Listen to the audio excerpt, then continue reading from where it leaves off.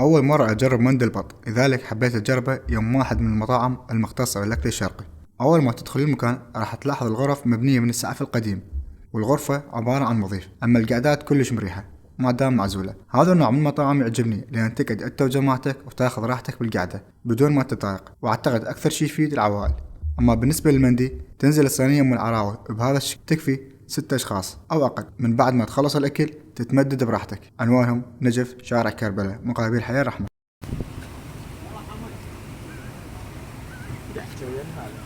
هاي باني لكم، ما يباني. جيب التبس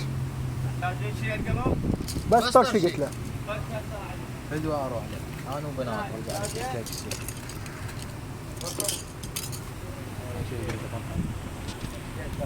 اخذ اسحاق وين البطل؟ اكله. هاي بطه شكور. وين؟ يا صاحبي نقي قلت لي. اكل حبيبي ايش فيك؟ بطل؟ هو بخير سوا. اكله الف عافيه.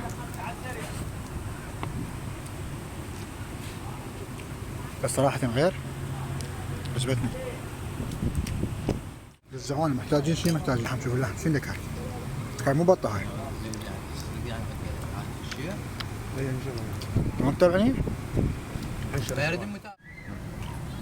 والله ما